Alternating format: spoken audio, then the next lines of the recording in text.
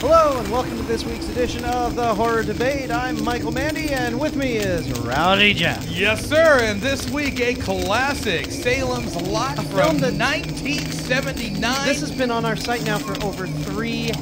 I was just going to say that. We finally got to it, Mike. After demand, people have been writing to us going, hello, coming soon. When? Sometime this year? Next year? When? Whenever. But we got to it. You know, now I realize why we waited so long. Why? Because it took that long to watch the movie. It took that long to get through it. Okay, well, holy smokes, 3 hours. Well, okay, we saw the unedited version of it because this was originally done in '79 as a made-for-TV movie. And I bet people are going, why the hell are you reviewing made-for-TV movies? But well, it's in the same vein, you know? I mean, it's a Stephen King story. Yeah, Stephen King, '79, but it was a mini-series posted over, 2 or 3 nights. And then you add commercials and things like that. But so this was the whole thing, the director's cut, I like to call it, because then they chopped up the movie and made it 93 minutes long, and it was released in the theaters over in Europe and Argentina. Yeah. And things like that. So, well, you know, I looked at it as like being, if this was Salem's, or if the 90-minute version was Salem's Lot, this was possibly Salem's Too Much. Okay, because it was like there was just way too much information in there, Mike. It lost me. I didn't know whether I was watching a soap in the middle or what. Well, people always complain the movie is never as good as the book. And the reason why is because you lose characters and lose characterization and sometimes little subplots and things. Trust me, this movie kept in every subplot. Oh, dear Lord, man. A lot of things that really didn't have much bearing to do with the whole vampire thing, but it flushed out the characters. I forgot we were watching a vampire flick until the dude showed up, you know? I mean, I was like, what are we watching? We're watching like Starsky and Hutch Light here with David Soul, you know? David Soul is cool. He's a cool guy. David Soul's cool. It was good to see David Soul. Yeah. So anyway, this is directed by Tobe Hooper, who we're very familiar with. Texas Chainsaw Massacre. Yeah, and of course written by Stephen King. And, you know, I mean, this had, for its time, you got to give it props because it had some legitimately spooky looking stuff. Oh, I love that house.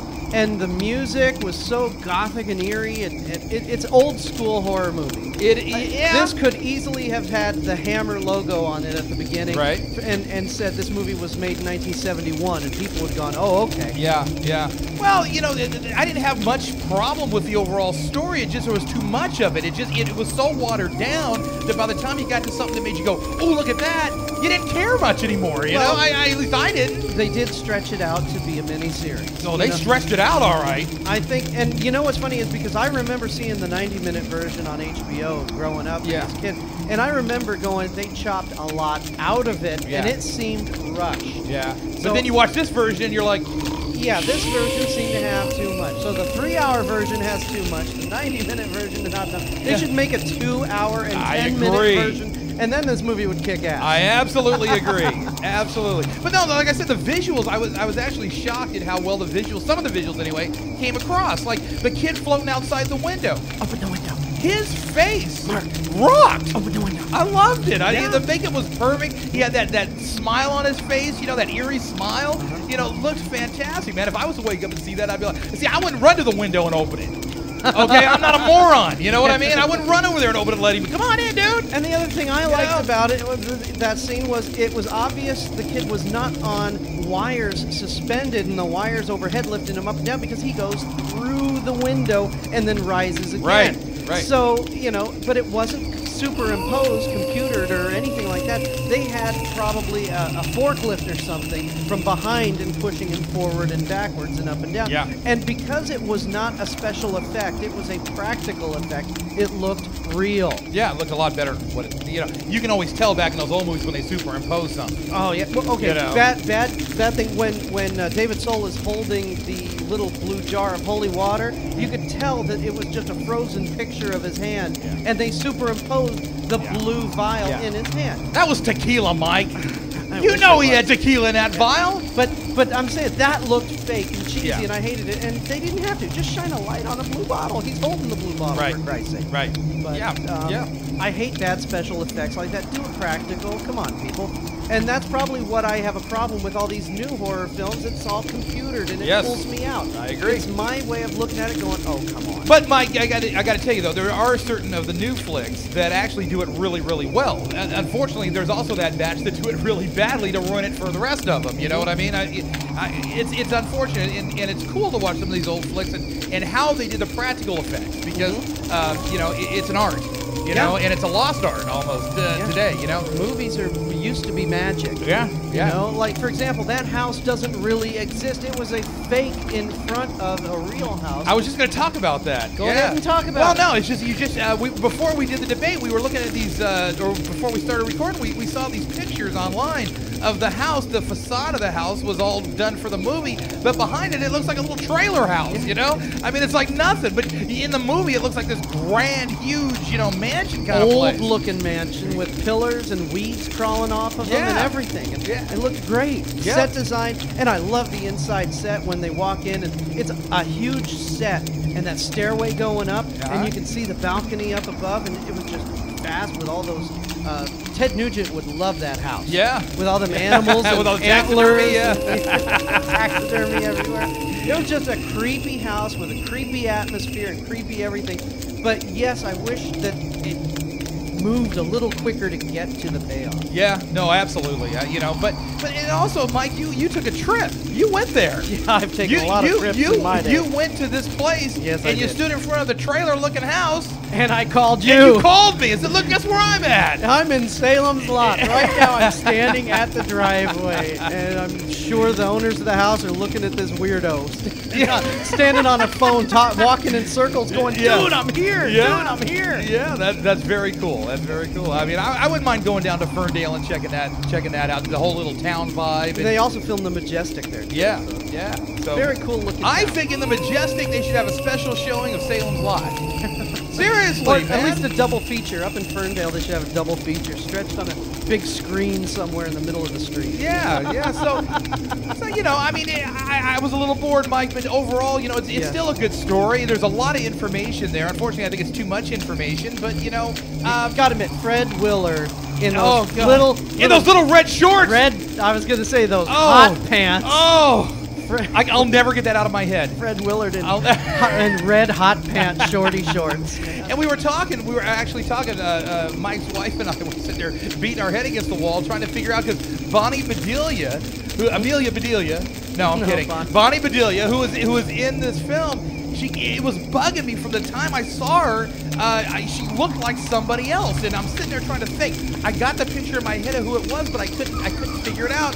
And your wife goes, I think her name's Mary.